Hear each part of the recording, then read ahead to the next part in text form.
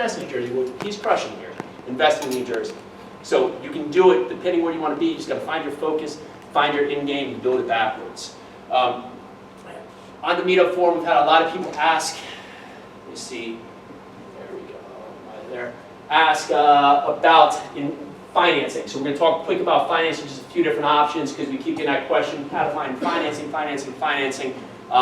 Again, don't let these things stop you. But you want to be able to build your team before you're out there finding property, because if you get into a property, you know, it's great, but now you're chasing yourself. You're trying to raise money, trying to build your team, trying to find your financing, trying to do everything at once, and now you got a clock that's ticking, and it's not a comfortable feeling. So if you can put all the steps together as you're doing this, build your team, learn your terms, find your market, you know, basically prime your investors, so when you get into a property, you're basically ready to go after that property, because now you have everything built out, so you can actually do it without having the stress of saying, well, man, I gotta raise money. And also, if you're out there talking to investors, and say you get soft commitments, and you know from friends and family, I'm out there raising money, I've raised $500,000, or I've raised, you know, $1 million, or whatever that be. Well, now you know what kind of size property you can go out there. If you're getting, you know, 20%, 80% loan to value on a property, and you've raised $1 million, well then, in your mind, you can go typically after maybe a $4 million property. And now you can build it back and comfortably go after that property instead of just fishing because you really don't know what you're going to be able to raise. So a couple things. We've had a lot of people talk about doing our 12 days of multifamily, which we did at Christmas. And it was so much to cover, we did that in an hour. So we've talked about it. We're going to do a one-day workshop coming up at the end of September. It's going to be a Saturday thing. We're thinking the 20th to 27th. Not going to be a sales pitch. We're just going to go in there and crush it. I got a couple great speakers going to come out. Talk about multifamily markets, talk about analyzing deals, talk about raising money, talk about cost segregation, but put the whole package together. We haven't done any pitch out here, we haven't done anything, but we want to get something out there. We go out there so we get a one full day of crushing it. So stay tuned for that. Again, we're going to talk about finding markets, what we're looking for in properties, how to underwrite deals, how to find the money, and what is cost segregation, to name a few. So, multifamily financing. There's a lot of different ways we can go. We're going to talk about four, right? Conventional mortgages, government-backed loans, portfolio loans, and short-term multifamily financing. Our goal for our properties, because we're trying to get something that's going to cash flow for day one, is we're always looking to see if we can fit ourselves in a box with conventional mortgages, going to the part where we're using agency loans. The one we're closing on Thursday, it was a bit backwards. So we had a loan set up through Berkadia. The loan was set up to the point that we were going to be able to get 80% loan to financing, 2 years IO, but it was based on it being 90% occupied, and that was going on the property and also the financials. So we get this, it was an estate sale. The wife is now in charge of the property. By the time we get to inspection, it was about 7 units vacant from the point when we got under contract. There was only 1 unit vacant. So we had to go back here because now that just changed our whole loan terms, where we point where we had to go to a different loan structure. So we had to go back there and renegotiate with the lady and just say, listen, this is what we signed up for. We came to the property with the idea that we wanted to go in and use an agency loan. So we actually renegotiated on the price, and we were able to get our management company that controls a couple hundred units for us out there to come in and take over the property before pre-closing. It took a little bit of work, but that was actually the deal we were able to put together. What that did is it allowed us now that we're going to go into Thursday closing with the property. It's 100% pre-leased with 31 of the 32 units actually now actually filled up. The last 7 units have gone in there at the market rate, which is great because our blended rent going into the property was $715, and all these rents now for the last 7 units have been at $750, and they've also paid for all those terms. So that's huge for us because now we actually just walked into a property where we would have been walking in at that 90+% occupancy, 2 months ago at that blended rate of $715 per unit per month, and now we've just gotten to 7 additional units turned by the existing seller, and also now at market rate at $750. Also interest rates. Everybody's been following the 10-year Treasury. We now are. We underwrote that deal originally about 4.8, and we're buying it. We just rate locked at 4.34. So time actually worked in our favor. Not always. I was scared it was going to work in the opposite way, that we're going to be losing on this point, but got lucky that it actually worked in our favor there. So, conventional mortgages for multifamily properties. And we're just going to do a quick run through because I want to get to Carmelo here. Multifamily properties are permanent conforming loans offered by traditional banks and lending institutions. The mortgages are long-term with terms between 15 and 30 years. So, the loans, last two loans we've done, this one is a 10-year term, amortized over 30 years. The last one was also a 10-year term, amortized over 30 years. Conventional mortgages can finance multifamily properties from 2 and 4 units, but can't finance apartment buildings 5+ units first. And conventional mortgages can finance up to 4 to 10 investment properties at one time. Conventional mortgages considered to be conform because they typically adhere to Fannie Mae's required qualifications and maximum loan amounts. Government-backed multifamily housing. So our multifamily loans sponsored by Fannie Mae, Freddie Mac, and the FHA. More than 5 government-backed multifamily financing options available to investors, which can either finance properties with 2 to 4 units or properties with 5+ units. Cool thing here is government-backed multifamily properties can have terms between 5 and 35 years and are issued by government-approved mortgage lenders.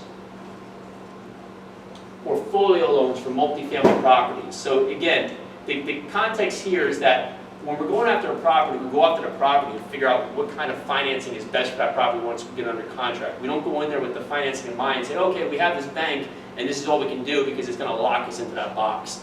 So we always want to know our options here about what kind of loans we can go after, so when we do jump into a property, we can say, okay, this property maybe, it needs some time to put it back on the line, or there's a lot of construction, maybe we can roll some of that construction money into the loans. We want to look at the property and see what kind of is the best property.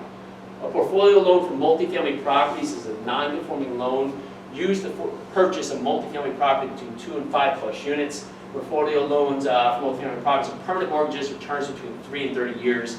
And these types of multifamily loans are more flexible compared to conforming loan alternatives and can finance more than 4 to 10 properties at once. So sometimes if you're hitting your max on how many properties you can own, you can roll a portfolio loan in and roll your properties into one loan, so you can now reset that number back to 0 or back to 1. Lenders can be traditional banks, credit units, as well as private lenders. And last one we'll talk about, short-term multifamily financing, hard money loans, bridge loans. Typically for this, if you come into a property, it's not going to meet the criteria. It's not going to be 90% occupied. It's not going to be a stabilized property. You may want to use a short-term loan to be able to get the property stabilized and be able to roll into a long-term debt. Now, a few things here. You may get more attractive terms here. You may get lower interest. You may get higher interest. But again, you got to be careful of where you are in the market, because if you're going to jump into a loan that is more risky, you want to know what your exit plan is here. If you can't roll out to it, if you're going to have a 2-year or 3-year hold, well, what do you think that's going to look like here in 2 to 3 years in that market, in that environment? Maybe the same, maybe work in your favor, but you may be coming out at a much higher interest rate based on whatever's going to happen at that point. So those are just a few of the loan options to put into your repertoire. And best thing is just start talking to banks, start talking to your mortgage bankers, see what their options are. We talk to community banks, we talk to local banks, we talk to the Bricadias, we talk to the Arbors, the bigger guys, the bigger houses, because we want to know what they can offer, what kind of properties we want to know. But most importantly, we want to know what they're going to want from us when we get a property under contract. Because again, you're going to have, maybe you get, 30 days of due diligence, another 30 days to close. Well, if a bank comes in and says, okay, hey, to start working on your loan, we just need, a personal financial statement from you, a rent roll, and a T12 from the property. Okay, cool. We've had others where they got a packet this long. They want my kids' names, my kids' birth dates. They got all kinds of stuff they want, and it's 25 items. But if I don't know that, I get a property in the contract, and now I go find the one bank and I say, oh, this is the bank, and now they want 20, 30, 40 items from me, and I'm fishing around for the stuff for a week. Well, the seller doesn't care. That's your time. So you want to know what kind of options are available to you. So when you're going after these properties, you basically have all your ducks in a row. You can dive right in and say, okay, well, hey, this is the bank I'm going to do. I know. I already have my file together because I know all the banks are going to ask me for, 3 months of bank statements. My REO, my real estate owns list. They're going to ask me for all these lists. So I have all those documents together, and then as they go, you can just submit the whole file to them and get the ball rolling basically day one. And it's also good to know how much items they're going to want from you, so how quickly they can turn it around. Some people may say, hey, I can turn this around in 3 weeks, and others say I may need the full 45, 60 days to get this done, depending on who the bank is. Questions? Make sense? Cool. All right, we'll jump in here. So Carmelo, Mel is going to go, right? No. Mel. All right, cool. been a real estate investor for 16 years, owns 311 doors in northern Jersey. Is that correct? Because Mike was just pulling. Awesome. So licensed real estate broker, contractor, and waste management company, and he's really active in social media. Tells people about what he's doing. Actually, Dan connected us right here. He said, you gotta talk to Carmelo right here because he's doing a lot. A lot of people keep saying they want to invest here in New Jersey, and then on the contrary say, well, but we don't know how. It's too expensive, the taxes are too high, the properties are too difficult, the tenants are too difficult, being a landlord is too difficult. Well, he's going to come talk to you tonight about how you can conquer that myth and really just do it well here in New Jersey. So, Mel, why don't you come on up?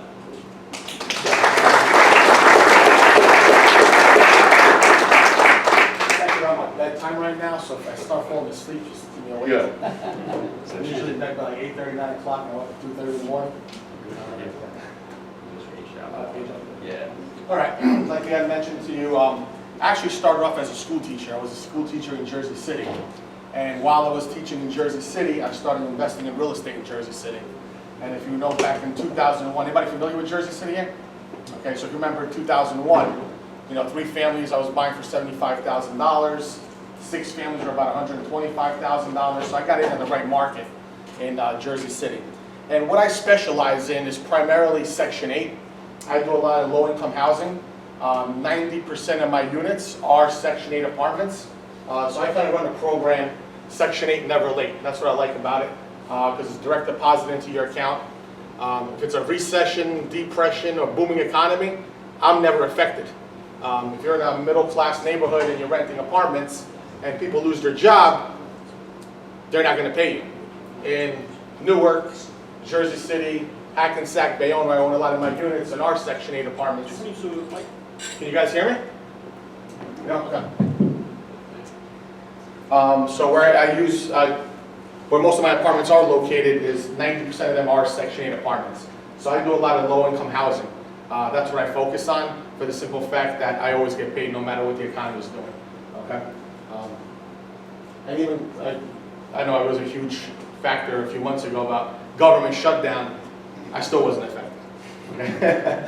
So usually I just like it for the simple fact that, like I said, you're going to get paid no matter what happens, unless you're a real slumlord, you don't take care of your apartments, and you fail the inspections, or whatever the case may be, then you're going to have issues where they're going to come and you don't do your abatements, they're not going to pay you your rent. But if you take care of your tenants, like I tell everyone, my tenants are my customers, and some of my tenants have been with me 22 years. Some are properties that my dad owns, that they've been with us 22 years. And Section 8's been paying for 22 years. So we'll get into a little bit more into it. Wrong way. All right. So basically the way it works, anyone familiar with a Section 8 before? Anyone has dealt with Section 8? Okay, you're familiar with the voucher programs? Okay, so anybody in this room can rent out to Section 8 tenants. All you have to do is you advertise, we welcome Section 8. They come and look at the property. If they like the unit, they'll give you what's called a voucher. It's basically a packet and documents that you execute. You fill out your deed, you submit it with your deed, your ownership documents, your closing documents, your W-9, etc. Submit it to their caseworker, and then they send out an inspector, and then the inspector says, okay, you're approved, the apartment passes. They'll send you what's called a HAP contract. And the HAP contract is between you and the housing authority and the tenant. Okay? And it basically says they might pay 90% of the rent, they might pay 100% of the rent, 50% of the rent. So whatever, depending on that tenant's income, determines how much they're going to pay the portion of the rent. So what I do is, usually a 3-bedroom in Newark, if someone's paying cash, it's about $1,100, $1,200. Section 8 will pay up to almost $1,800. So depending what program they're in, if they're with the Newark Housing Authority, the DCA, which is your state Section 8, depending what program it is, it depends on the amount that you can get. So when I advertise one of my units, I never put 3-bedroom, $1,200. I put 3-bedroom apartments available, $1,200 to $1,800. So when someone calls, oh, you accept Section 8? Yes. All right. How much is your voucher for? $1,800. Okay, we got this apartment available for you. You know, so you don't want to leave $500, $600 on the table because you just put $1,200 in your advertisement. Okay. Anybody have any questions on this so far? Yeah. Did you live in one of these types of units before you started thinking about becoming an owner? Or? No, Okay. I'm old school Italian. I grew up with granite and marble. I didn't live in a Section 8 apartment before. Yes. What's some of the things that the Section 8 inspects for? That They check actually pretty much your smoke detectors, carbon monoxide detectors, peepholes, the condition of the units, cracked tiles. It's got to be in livable condition. So, like any self-respecting landlord, you want to provide a good unit to your tenants. So stuff like that is really what they use. But even now, lately, they've been checking even the basement for carbon monoxide detectors. They want to check that the pipes on your hot water tank or discharge pipes are properly installed. So stuff like that. They usually actually give you a checklist. So my guys will go out when they do the inspection. They check off everything on the list, and then when they come, they pass inspection. So it's not rocket science. Yeah. So again, so basically we got that part down. Like I mentioned before, there's different types of housing. They have your city housing. So if you go into like, this is what, Union County? Union County. So Union County has just Union County Housing Authority, I guess? I'm not even sure. Yeah, those are Section 8 housing authority. Okay, they don't have like a Westfield Housing Authority because not too many people live in No, Westfield. probably like Plainfield might have. Plainfield, okay, so Mayfield does. Yeah. Elizabeth. So when you go to those higher, I guess, low-income areas, they'll have their own housing authority. Then they have the county housing authority, and then they have the state housing authority. So those are 3 types of programs that are available. And each one varies on the amounts they're going to pay you, okay? So just keep in mind, again, when you advertise, who can accept it, like I mentioned before, anybody can accept Section 8. You can't say we do not accept Section 8 apartments, tenants. That's you're discriminating, okay? So if someone calls you and says you accept Section 8, legally, you have to say, yes, we do, okay? Now, there's ways around that, but I'd rather just take Section 8 because I know the money's coming to me, so, all right?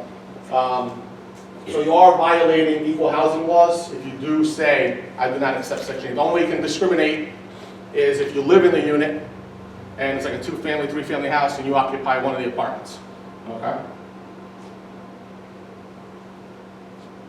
This is basically just a checklist of what you're going to need when you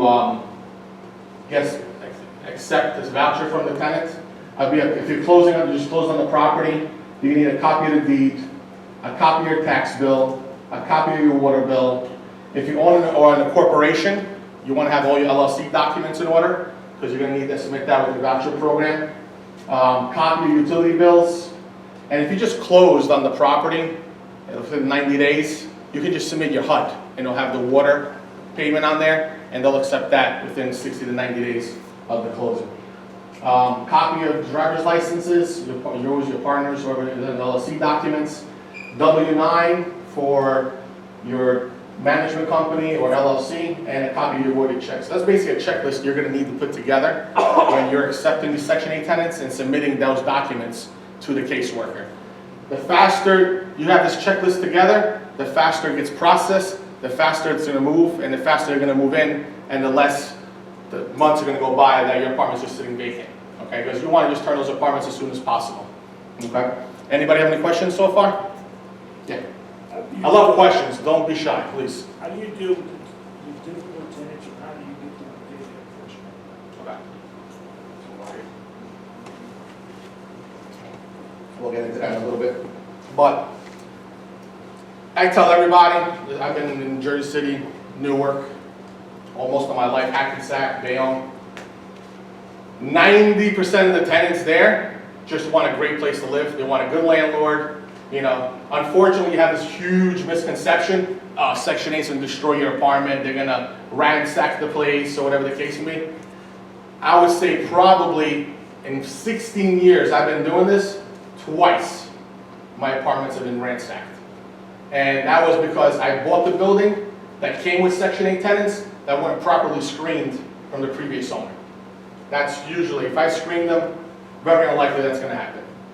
So I screen Section 8 tenants as if they're paying out of pocket. Okay, I check to see if they work. I'll get that done. I'll do a background check. I'll do a credit check. And I know the credit's going to suck. I know that for sure. But more importantly, I check to see if they've been evicted or they're habitual evictions. Because if they're habitual evictions, you're going to know there were problems with other landlords. So if I get a tenant and she's been at Section 8 for 5, 10 years, has no evictions whatsoever, I know that she's been a great tenant for X amount of years. Now, the question, go ahead. Do you manage the property or the property manager? We're self-managed. Yeah, me personally, I'll deal with the appfolio and stuff here and there, get the request, and I send my team out to do repairs and stuff like that. But we are self-managed, yeah. And then what happens, the other part of his question was, how do you collect their rent? Okay? If you actually, let me see if we got it here.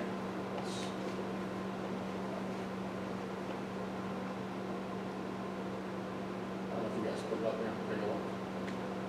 No? Okay. You didn't put it up there. So it was one of the slides. Well, one of the papers.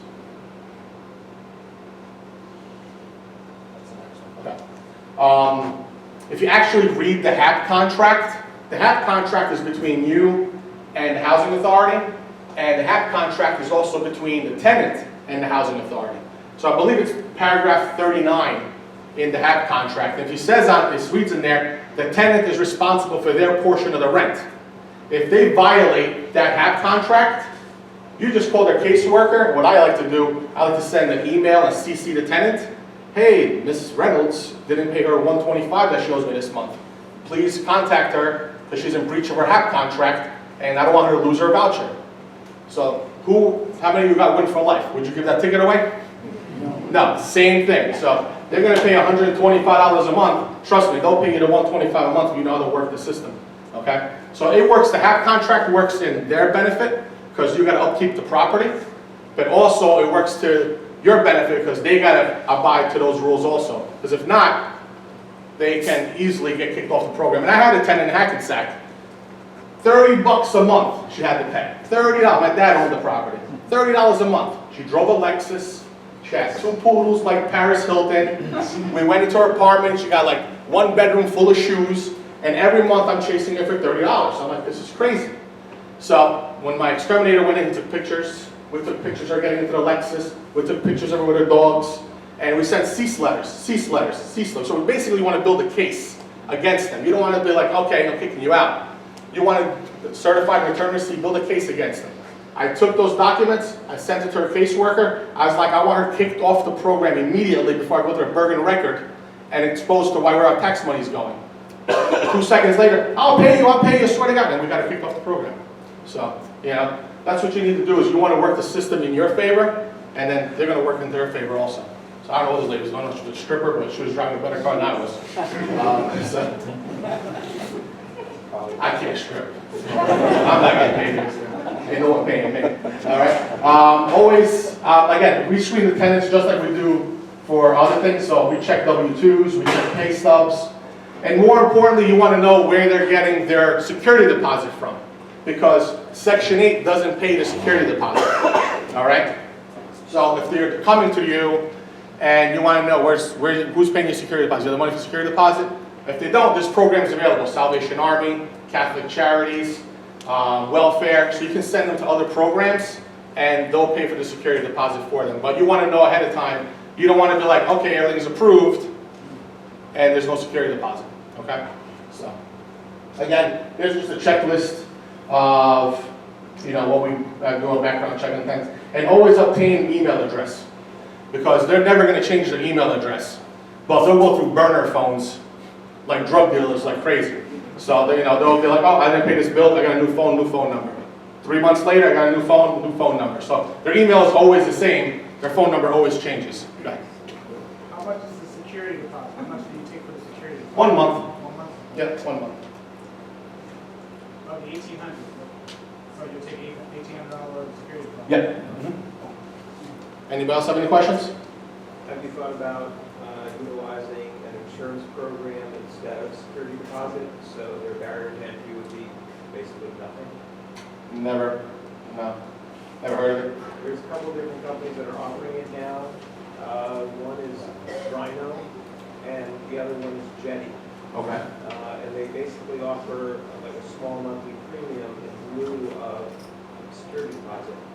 And you can actually have them or require them to pay for insurance, which is actually greater than 1.5 times what would be the rental security deposit. Okay. Yeah, I never heard of it. So. Your literally barriers to entry can go down to like $50. Really? Okay. I'll look into that. I never heard of it, so it's something new I learned today. So, cool. So we got that part down. All right. So inspections, whenever they come to do inspections on the unit, you want to make sure all the utilities are on. So if you had a property that's been vacant for a while, a tenant moved out and you didn't put the utilities in your name, you want to make sure that when they come for the inspection, that the utilities are in your name, okay? You want to make sure the stove works, the smoke and seal detectors are working, there's no holes in the floor, the wall. I had an inspector come, everything was fine. He opens the closet door, there was a crack literally in the corner. You fail inspection. Come back in 2 weeks. So you want to make sure that everything is done properly because you don't want to wait 2-3 more weeks to get a re-inspection. Okay?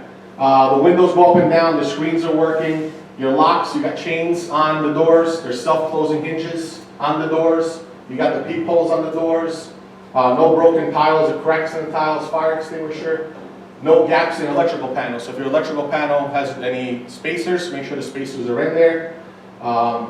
Your GFIs, all your outlets don't have reverse polarity because they will check every single outlet in the apartment. And then window guards with latches. So you're going to see a lot of window guards up, they don't open. That's a risk. If this is a fire, it's a death risk, or whatever the case is. So you have to make sure that the window guards have the latches on them where they open and close. So those are your biggest things they're going to look for when they come do an inspection on your unit. Okay?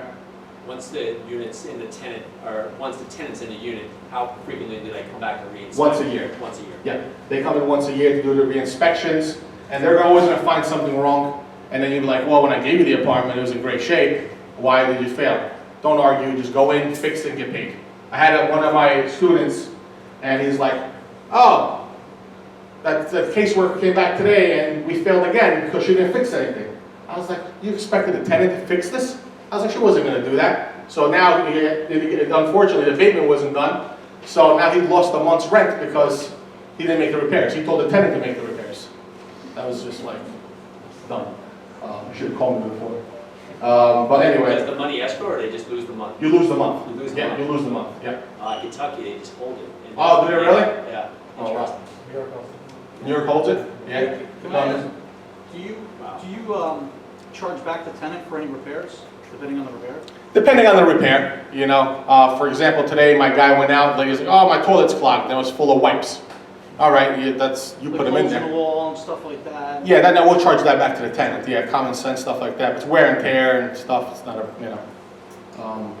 So once you pass or fail, obviously you want to pass the inspection. They'll send you what's called an allowance letter. So the allowance says, all right, I like to juice it up a little bit. So I tell the apartment's a 3-bedroom, I want $18.95 per month. Bullshit, I'm never going to get $18.95 per month. But they're not going to come down to $1,200. They might come down to $1,700 a month. So once you get their allowance letter, you sign off, you accept that, and then they'll send you an executed HAP contract.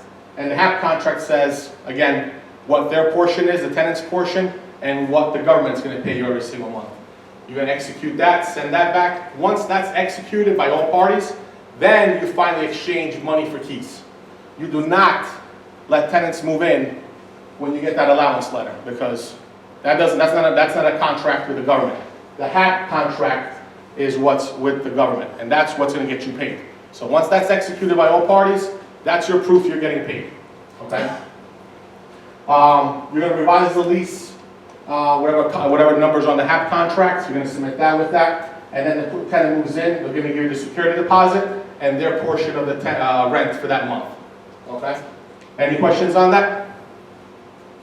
Does HAP stand for something? Or is it- Housing Assistance. Assistance Program, yeah.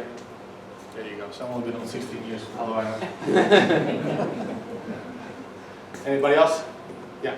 About how long does this whole process take? It depends how busy they are, really. I've submitted applications into Newark Housing Authority, and 2 weeks later I got an inspection. And I've got 3 tenants, it's been 2 months, So it varies how busy they are.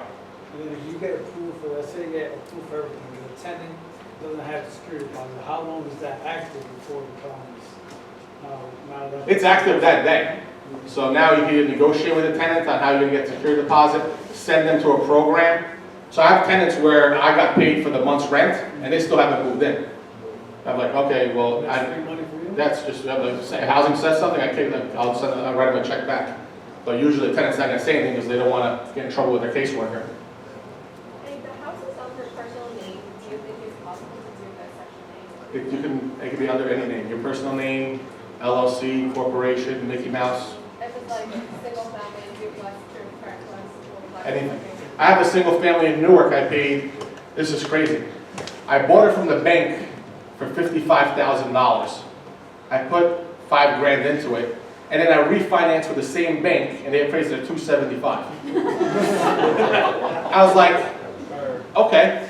And I rented it for $1,900. So my mortgage payment's like, I don't know, $300 a month. Yeah, so, yeah. How long usually a Section 8 tenant lives in a unit? Like, Excuse me? how long does a Section 8 unit, like when a person lives in a Section 8 unit? How long can I stay there?